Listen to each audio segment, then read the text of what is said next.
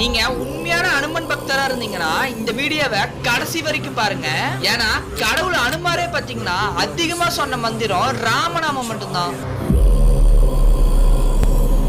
அப்படிப்பட்ட சக்தி வாய்ந்த ராமநாமத்தை நீங்க இப்ப 108 தடவை நீங்க கேட்க போறீங்க. நீங்க கேட்கறது மட்டும் இல்லாம கூட சேர்ந்து நீங்களுமே சொல்லுங்க.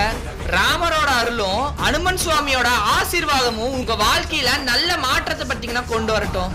அந்த மந்திரத்தை நீங்க கேட்கறதுக்கு முன்னாடி உங்களுக்கு கடவுள் அனுமார பிடிக்கும்னா இந்த வீடியோக்கு ஒரு லைக் பண்ணிட்டு ராமநாமத்தை நீங்க 108 தடவை நீங்க கேட்டுட்டு ஜெய் ஸ்ரீராம்னு மனசார கமெண்ட் பண்ணுங்க.